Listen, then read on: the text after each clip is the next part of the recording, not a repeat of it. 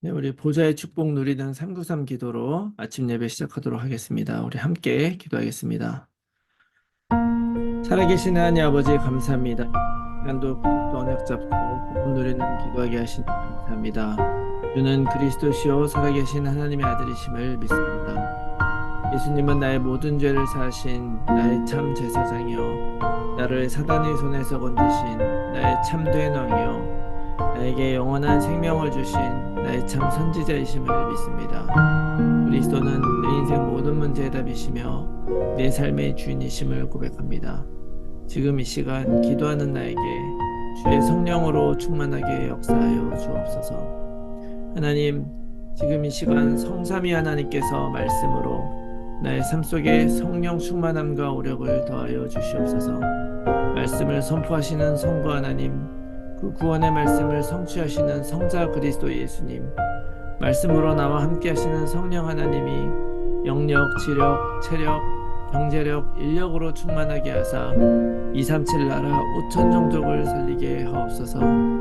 하나님, 지금 이 시간 기도를 통하여 보좌의 축복 9가지가 나에게 세팅되게 하여 주시옵소서. 보좌의 축복, 시공간 초월, 237 살릴 빛이 내게 충만히 임하여 하나님의 형상과 생기가 회복되어 원래 주셨던 에덴의 축복이 임하게 하옵소서. 그리하여 나와 교회와 현장에 전무후무한 응답을 주옵소서. 하나님, 지금 이 시간 보좌의 축복이 실현되어 3시대 살리는 축복의 증인이 되게 하옵소서. 늘 생명력이 넘치는 강단 말씀이 선포되게 하셔서 목회자와 함께 교회를 살리게 하옵소서. 그 선포된 말씀을 붙잡은 중직자를 통해 교회와 현장과 산업이 살아나게 하옵소서. 그리하여 렘넌트가 일어나 전 세계를 살리고 미래를 살리게 하옵소서.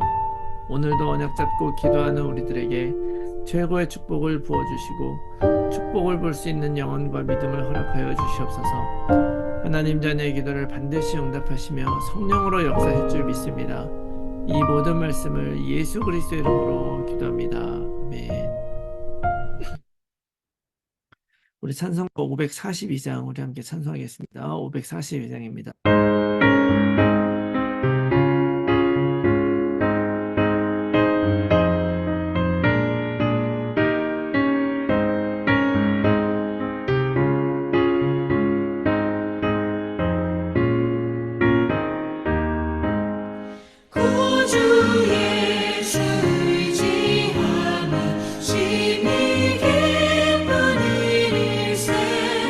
영생 허락받았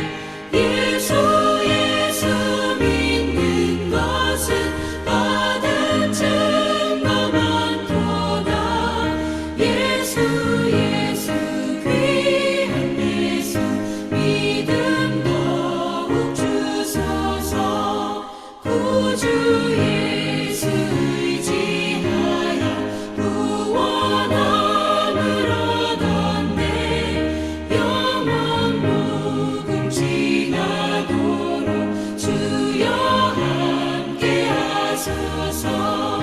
예수 예수 믿는 것은 받은 증거 많도다.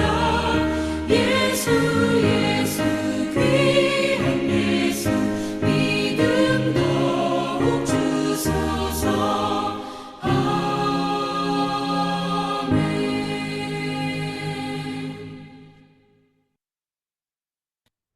아멘. 오늘 아침에 하나님께서 우리에게 주시는 말씀 시편 78편 70절에서 72절 말씀 보겠습니다.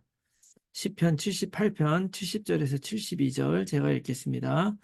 또 그의 종 다윗을 택하시되 양의 우리에서 취하시며 젖양을 지키는 중에서 그들을 이끌어내사 그의 백성인 야곱 그의 소유인 이스라엘을 기르게 하셨더니 이에 그가 그들을 자기 마음의 완전함으로 기르고 그의 손의 능숙함으로 그들을 지도하였도다. 아멘. 할렐루야. 오늘도 하나님의 은혜 가운데서 우리가 하루를 시작을 하게 되었습니다. 오늘도 예수님을 그리스도라고 고백하며 시작했으면 좋겠습니다. 예수님은 그리스도시고 모든 문제 해결자시고 또 이 믿음으로 살아가는 모든 이에게 승리를 주시는 분임을 믿습니다. 오늘 어떤 환경과 문제가 온다 할지라도 무릎 꿇지 않고 하나님께 주신 약속의 말씀 붙들고 승리하며 걸어가시기 바랍니다. 하나님은 우리들에게 이 복음을 듣게 해주셨죠. 그렇게 복음을 듣게 된 것도 성경은 뭐라고 얘기를 하냐면 바로 하나님이 우리를 창세전에 그렇게 창조하셨고 우리를 택하셔서 그렇게 된 것이다. 이렇게 얘기를 하는 거죠. 하나님은 우리들에게 이 복음을 듣고 영접만 하게 한 것이 아니라 그 복음의 증인이 될 마음까지 어떻게 보면 우리들에게 부어주신 거예요. 이것은 분명히 성경이 우리에게 증거하는 바죠. 그리고 우리가 꼭 기억을 해야 되는 내용입니다. 하나님이 우리를 선택을 하신 거예요. 그래서 이 믿음을 갖게 해주셨다. 근데 우리가 여기에서 우리가 질문을 할 수 있을 것 같아요. 하나님이 도대체 왜 나를 선택하셨는가? 왜 저 사람은 선택을 안 하셔서 세상 가운데서 사단의 종노릇하며 살아가게 만드시고 나는 선택해서 이 복음 안에 들어오게 하셨는가? 사실 하나님이 왜 나를 선택했는지 우리가 알 수는 없죠. 신앙의 목표는 우리가 하나님이 나를 진짜 선택했는가 안 했는가 이거를 미리 아는 것이 아니고요. 이 비밀은 복음을 듣고 나서 내가 이 복음 안에 들어와 보니까 그때 돼서 이제 비로소 깨닫게 되는 것이죠. 내가 딱 이 복음 안에 딱 들어오고 나니까 내가 막 정말 이 복음을 몰랐으면 정말 어떻게 됐었을까 하는 그런 생각을 하게 되는 거죠. 그러면서 이 복음을 알고 깨닫게 된 것에 너무 감사하게 되고요. 그리고 이런 것들을 딱 돌아보게 되면 이것이 내가 뭘 잘하거나 내가 선택을 해서 된 것이 아니라 하나님이 바로 이 자리까지 나를 인도하셨구나라는 것을 깨닫게 됩니다. 그래서 잘 돌아보면 이것이 나의 공로나 나의 어떤 상급이 아니라 그 이유를 알 수 없지만 하나님의 절대 계획 안에 바로 나를 부르시고 이렇게 선택을 하셨구나. 그래서 우리는 어떻게 보면 왜 하나님이 나를 택하셨는가는 알 수 없지만 분명한 것은 하나님은 우리를 사랑해서 택하셨다. 그리고 이 말씀을 지금 듣고 있는 여러분들 또 우리는 바로 하나님이 택한 그런 사람이라는 것 여러분 꼭 기억하시기 바랍니다. 하나님이 우리를 택하신 이유를 우리가 확실하게 알 수는 없지만 하나님의 사랑 때문이다. 그렇지만 우리가 확실하게 한 가지 알 수 있는 것은 있어요. 뭐냐면 하나님이 우리를 왜 부르셨는가. 하나님은 우리를 부르신 이유가 있습니다. 그 이유 중에 가장 중요한 것은요. 바로 우리를 구원하기 위해서 부르셨다는 것을 믿습니다. 성경은 이 부분에 대해서 많은 것들을 증언을 하고 있는데요. 디모데전서 1장 15절의 말씀에 보면 믿보다 모든 사람이 받을 만한 이 말이요. 그리스도 예수께서 죄인을 구원하시려고 세상에 임하셨다 하였도다. 이렇게 말씀하고 계십니다. 또 사도행전 7장 34절의 말씀에는요.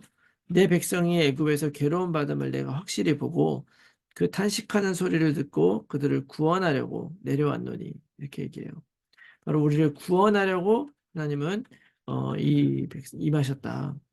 또 히브리서 9장 28절의 말씀에 보면 이와 같이 그리스도도 많은 사람의 죄를 담당하시려고 단번에 들이심 받으셨고 구원에 이르게 하기 위하여 죄와 상관없이 자기를 바라는 자들에게 두 번째 나타나시리라 라고 기록하고 있습니다. 우리를 구원에 이르게 하기 위해서 하나님은 반드시 다시 나타나실 것이다. 자, 이렇게 하나님이 우리를 구원하기 위해서 우리를 선택하셨다. 여러분, 그러므로 여러분 우리가 이 땅을 살아가면서 구원받은 하나님의 백성으로 살아가시기 바랍니다. 세상에 끌려다니고 사단의 종노릇하고 세상 풍조 따라 살아가는 것이 아니라 오늘도 내가 하나님의 백성이고 하나님 나라를 누리면서 하나님이 원하시는 것을 위해 살아가는 우리가 되길 바라요. 자, 그것이 또 여기에 나타나는 거죠. 오늘 71절에 말씀해 보니까 내가 왜 다윗을 택하고 그를 이끌어냈는가를 이야기를 하고 있어요. 71절에 보니까 젖 양을 지키시는 중에 그들을 이끌어내사 그의 백성인 야곱, 그의 소유인 이스라엘을 기르게 하셨다. 이렇게 얘기하시죠. 하나님이 다윗을 선택하신 것은 다윗도 구원하지만 그 다윗을 하여금 그 다윗은 사명을 가진 사람 아닙니까? 그 사명을 가진 그 사람으로 하여금 하나님의 백성인 야곱, 이스라엘을 기르게 하려고 부르셨다. 이것은 다윗을 부르신 하나님의 뜻인 것만이 아니라 바로 우리를 부르신 하나님의 뜻인 줄로 믿습니다. 그렇다면 우리가 오늘 이 말씀으로 하루를 시작을 한다면 오늘 우리도 하나님이 우리들에게 사람들에게 복음을 전하고 기르고 살리라는 그런 사명을 주고 그것을 위해서 보내셨다는 것 여러분 꼭 기억하시고 이 사명 붙잡고 살아야 하는 것입니다. 바로 다윗이 그것을 위해서 선택된 사람이고요. 또 시편 78편은 사실은 그런 다윗이 꼭 필요한 그런 상황을 담고 있는 시편이었죠. 어떻게 보면 오늘날에도요, 많은 사람들이 하나님을 따르지 않고 정말 잘못된 길로 가고 있기 때문에 그 사람들을 바른 길로 이끌고 길을 그런 목자가 필요한 시대입니다. 근데 바로 시편 78편도 바로 그런 배경을 담고 있어요. 이스라엘은요, 에브라임 지파라고 하는 지파가 있었습니다. 그 에브라임 지파는요, 요셉의 둘째 아들이죠. 그런데 그 요셉의 아버지인 야곱이 요셉의 두 아들 므낫세와 에브라임을 축복할 때 에브라임에게 장자의 축복을 주는 거예요. 장자의 축복을. 그 이유는 어떻게 보면 그 루벤이라고 하는 실제 장자가 있었죠. 실제 장자가 있었는데 그 실제 장자의 루벤이 그 장자의 역할을 하지 못할 만한 그런 잘못을 저질렀어요. 그래서 루벤이나 또 그 둘째인 시몬이 장자를 계승할 수 없는 잘못을 행실했기 때문에 그들을 장자로 삼지 않고 에브라임이라는 그런 아들 또 요셉의 아들을 장자로 삼았는데 그 에브라임이라고 하는 이름 자체가 갑절의 열매라는 뜻을 가지고 있어요. 장자는 원래 갑절로 받는 것이 장자거든요. 그래서 어쨌거나 실질적으로 이스라엘의 장자 지파가 바로 에브라임 지파였어요. 그런데 문제는 이 에브라임 지파가 40년 광야를 지나면서 가장 불순종하는 데 앞장을 섰습니다. 그리고 가나안 땅에 들어와서도요. 우상 섬기는 일에 또한 앞장을 서게 된 거예요. 그래서 하나님은 그런 모든 과정을 거쳐서 이제는 이 에브라임 지파를 정리해버리고 다시 이스라엘을 이끌 장자의 지파로 유다 지파를 택하셨다. 이런 내용을 여기 기록하고 있는 거죠. 그래서 그 유다 지파인 다윗을 택해서 바로 이스라엘을 맡겼다. 이 내용이 바로 시편 78편의 내용입니다. 그런 의미에서 하나님을 떠난 이 세대에 이 복음을 가지고 전도하는 전도자들을 택해서 새로운 역사를 시작하시는 것과 같다고 말할 수가 있는 것이죠. 하나님의 역사는 과거나 현재나 미래나 언제나 동일함을 믿습니다. 그래서 유다 지파에서 하나님은 다윗을 선택하시는데 이 다윗은 어떤 사람이냐? 사도행전 13장 22절에 다윗에 대한 얘기가 나오는데요. 설교 중에 다윗을 왕으로 세우시고 증언하여 이르시되 내가 이새의 아들 다윗을 만나니 내 마음에 맞는 사람이라 내 뜻을 다 이루리라 하시더니 라고 얘기를 해요. 하나님이 하나님의 마음에 맞는 그 다윗을 택하셔서 하나님의 뜻을 이루셨다. 하나님의 마음에 맞는 것이 뭘까요? 바로 제자 삼고 복음 전하는 것입니다. 생명 살리는 거예요. 이게 바로 예수님이 부활 승천하시면서 제자들에게 주신 지상 명령과도 같죠. 자, 요한복음 21장에도 베드로에게 너가 내 양을 먹여라 이런 사명을 맡기시잖아요. 자, 그렇다면 오늘 이런 사명을 받은 다윗이 어떻게 그들을 다스렸느냐? 이 72절의 말씀 보니까 그렇게 기르게 하셨더니 다윗이 그가 그들을 자기의 마음의 완전함으로 기르고 그의 손의 능숙함으로 그들을 지도하였다. 이렇게 기록을 합니다. 마음이 완전하다는 말은 무슨 의미겠습니까? 사람은 마음과 생각이 있죠. 그런데 그 마음이 완전히 성령의 인도를 받는 것을 의미하는 것이 마음의 완전함입니다. 오늘도 우리는 여러 가지의 영향을 받겠죠. 또 어떤 일에도 영향을 받고, 말에도 영향을 받고, 상대방의 반응에도 영향을 받게 될 것입니다. 그리고 굉장히 힘든 일이 있을 수도 있고, 또 여러 가지 각인된 상처가 올라올 수도 있을 거예요. 그런데 이런 모든 것들을 이기는 것은요, 그런 문제들이 사라지는 것이 아니라 내가 오직 하나님을 바라보고 하나님이 내 마음을 주장하는 것이 그 해결책인 것입니다. 다윗은요, 항상 이렇게 하나님을 바라보고 섬겼던 사람이에요. 하나님이 어떻게 보실까만 생각을 했는데, 사울은 그렇지가 않았죠. 사울왕은 하나님보다는 사람들의 눈을 더 두려워하고 적군을 이길 그런 힘에 더 두려워했었던 거예요. 그러나 다윗은 늘 하나님 앞에서 하나님만 바라보고 백성들을 이끌던 그런 왕이었다. 그렇기 때문에 정말 이 다윗을 통해 하나님 영광 받을 수밖에 없죠. 그런데 이런 마음의 완전함 뿐만 아니라 손의 능숙함까지 가지고 있었다. 여러분, 다윗의 손의 능숙함은 이미 이렇게 알려져 있죠. 물맷돌로 골리앗을 넘어뜨린 거예요. 이게 별거 아니라고 생각할 수도 있는데요. 정말 그 하나님이 다윗을 외롭게 양을 치는 그런 과정에서 오히려 그 양을 키우면서 다윗은 그 물맷돌을 훈련했던 거예요. 그래서 다윗의 무기는 골리앗의 무게와 비교했을 때는 너무나 보잘것없는 별거 아니었지만 다윗의 무기는 결국 양떼를 살리는 무기였고 골리앗의 무기는 화려하고 강력한 무기였지만 결국 언약 백성을 죽이는 무기이기 때문에 하나님은 거기에 역사할 수가 없는 것이죠. 오늘 다윗이 이런 무기를 잘 연마하고 있을 때 바로 하나님의 영광을 위해서 쓰임을 받았던 것처럼 오늘 우리에게도 사람을 살리고 대적을 무너뜨리는 그런 무기가 있어요. 그게 바로 복음이죠. 이 복음이 얼마나 나에게 능숙한가. 이 복음이 능숙하다는 건 여러 가지 의미가 있을 수 있을 거예요. 복음을 잘 설명할 수 있느냐 그런 거겠죠. 근데 저는 그것을 잘 설명을 하고 못하고 이런 걸 떠나서 이 복음을 얼마나 내가 내 삶 속에 구체적으로 넓게 누리느냐가 정말 그 능숙함이라고 믿습니다.